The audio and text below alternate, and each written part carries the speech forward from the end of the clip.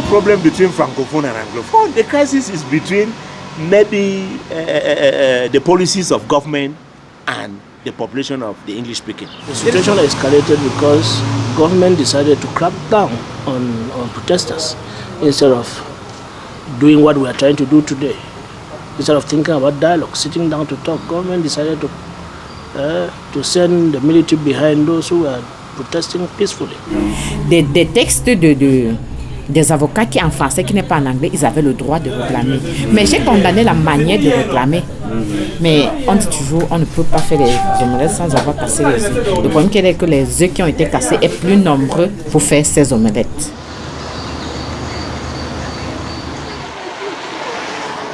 The impact of the crisis in my life, I think there is a scar that I don't know how, because it is as if it has taken us, and me in particular, 10 years behind. When you look at the present situation in town, you see businesses are folding up, people could no longer have what they used to have. You cannot go to your village. I've been here for the past 1 month or 3 months, 1 year. I am unable to go to my village to meet my parents. I think the impact is quite huge on me. It has become a tradition in me that I go home after 3 months. For three years now, I've not gone home. In my family, I've lost family members, many of them because of the crisis. I think the impact you cannot measure it. It has affected my work too, because as we speak, I had to carry my laptops home because today is a lockdown and I cannot function from my office. For example, I'm a teacher and I've not been employed by the government, so I teach in a private school. So after the 3 months holidays that we had, the next month that schools were resuming, we had to be in the house. So it has not been easy being in the house for 3 months without a salary and then another month again. So I've been in the house for close to 4 months now. Relatives, some of them, they live with me, whereas if the country things were normal, they would not be with me. They are compelled to be with me. It's another load. Which is another load. So responsibilities have increased. I'm able to go to my village to go and visit my parents. Yeah. Yes, and the transport fare also is very high. So there's no way for me to even go home and to visit my parents. Bouddha, Bamenda, c'est 5 000. Alors qu'avant, on payait ça 500. 500. Moi, j'ai payé 5 000 pour Bamenda. The cost of lodging, house rents have increased, and the consequences, the impact of the crisis are far-reaching and far beyond. Quand on fait 1 semaine, 2 semaines, 3 semaines sans travailler, c'est comme les enfants ne partent pas à l'école, là. C'est pour rentrer les enfants, l'enfant qui était à la maternelle à 7 ans là, jusqu'à nos jours, n'arrive même pas à écrire eux-mêmes son nom. Le peu que j'ai fini là, je ne peux pas aller me ravitailler parce que partout est fermé. On est obligé de supporter jusqu'au jour qu'on ouvre avant que je puisse voir ce qui est fait. You just live from hand to mouth. The little amount that you have gathered for the past years, that is what you go into now and you are trying to fit. And most of the times you even have money to buy something, but places are locked down. Quand on dit route fermée à Bamenda, c'est comme si l'activité s'arrêtait là-bas. Mais quand on ouvre les routes, quand tu vois le marché là, c'est autrement. Ça veut dire que si le régime de plantain était à 500 francs, directement c'est 1500. Parce que ces gens veulent s'apprivoiser. Oui, parce que bientôt, il faut rentrer et on va fermer les routes. Il faut que tu aies tes provisions. Il faut que tu aies de quoi vendre. Oui. Even the children we're having in the region, we've had to spend double the price to send children either in Bafoussam or to Yaoundé. I think it's a very unfortunate thing that is happening to the region. Moi, je peux dire que je suis né ici et j'ai grandi ici. Donc, je ne sais pas où aller. Ce n'est pas mon village. Je dois recommencer ma vie à zéro. Donc, c'est mieux de supporter. La majorité de nos frères ont quitté pour aller à Bafoussam, Douala, de Yaoundé. Et ils sont là en train de souffrir. Parce que c'est pas facile quand tu es dans une vie, tu fais déjà dans les 10 ans en avance pour nous dire que tu es déjà un ancien là. Même si c'est comment tu sais comment tu peux débrouiller. Escape from our homes from Bamenda to here, and life has not been that easy. From Bamenda to here, I have many internally displaced people living with me here. My brothers, because they were afraid of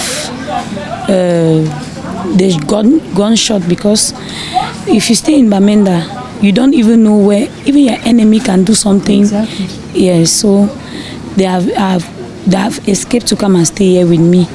I'm a married woman with 3 kids. Then I have 5 of my brothers living with me. Then I have my sister's children, 6 of them. I get 12 people there for my house. True, I not really be person way run from Bamenda camp, because although I be Bamenda person, but my own problem I say I get people there for my house where I not be able to feed them, where they don't run from Bamenda, they can't stay with me. Even the one they go school, they don't be able to pay their school fee, so I be stressed for pay their school fee. Like now, so I never be able to pay their first installment all them. Now my problem that because I really get overload for my head and my own problem. That's why they really beg say I want to see the thing finish so that they will feel go back for their people then, so that they will feel take good care of them, because we and they will be really stressed for meet up. I'm just praying that this issue should be solved so that we can go back to our various destinations.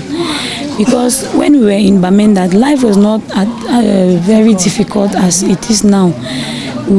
In Bamenda, you can pay a child's school fees for 20,000 plus the books, but here school fees about 60,000 upward, because it's a town, and to feed the children is not that easy. My parents used to send me food, but just imagine, like the time they say the vehicles are not moving for 1 week. Just imagine how I can do to manage with the family. So it has not been easy. The other day I don't share chop for them, as that the share chop I put inside tray so plenty. Some person one person ask me say 2 van reply combien. I tell you say no, I know they sell this chop. He say and all for picking this, so I say yes. The next day I don't see the share that chop then. Some boy pass them, he say cha, I like the way they ever pass see you and they picking them. I never see woman we get plenty picking them. So person they ask me say now you get all the picking. I say no.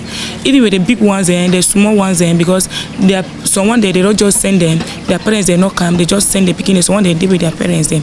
So one day when they come at the still struggle to find the even house girl work with the fee work will fit take them for survive. Water enter the house, you know how the children will feel. Because by now they are putting mattress on the floor to sleep on.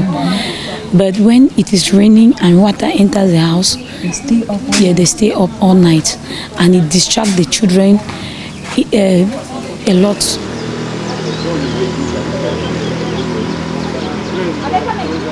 I have listened, even those who talk within the context of living together. I know the situation would have even escalated further if intermarriages, for example, because you realize that intermarriages, Anglophones getting married to Francophones in other regions who may not very much understand what is happening in the region, but just that affinity in culture between Francophones and Anglophones has, to a certain extent, helped to bring down tempers. Nous vivons ensemble depuis. Tout ce qui fait ressortir les problèmes d'aujourd'hui, c'est seulement le régime de la politique.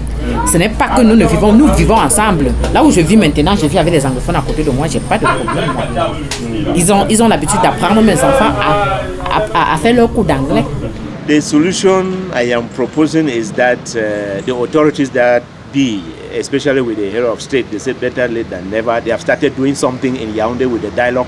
We are hoping and praying that the outcome of that dialogue should be the one or the panacea that will bring a lasting solution to this particular crisis that we're having now. My greatest ambition, and I say, if government, if he try way this world, this struggle, if he finish with all them, if he go back, me I struggle with the one that will be fit them, I will be happy. my best hope is that peace should reign so that we should go back to our various destinations and live peaceful life and normal life as usual. Because here I have freedom. I'm in Cameroon, right? But I can't to eat, to clothe myself. I don't have shelter, and as I can say, I don't feel free in the house because we are too much in a house. Mais il faut qu'on prenne en compte la vie des autres. Oui, il faut prendre en compte la vie des autres. Parce que si nous vivons ici là et que je ne peux pas prendre considération de mon confrère, on ne serait jamais en harmonie. Jamais. Il faut prendre la vie de chacun et peser et on s'assoit, on prend. Donc on prend une résolution pour pouvoir collaborer entre nous. Power has not been given to the grassroots, to the local collectivities. So it is an indication that for 26 years decentralization has not worked. 23 years. Okay. So if people have gone to the streets to protest, and after 3 years, when close to 2,000 people are dead, civilians including the military, and we decide to go and sit down to talk, and we think that the solution will be what people have rejected, because people have rejected decentralization. So you cannot go to a dialogue table and come out with decentralization as solution.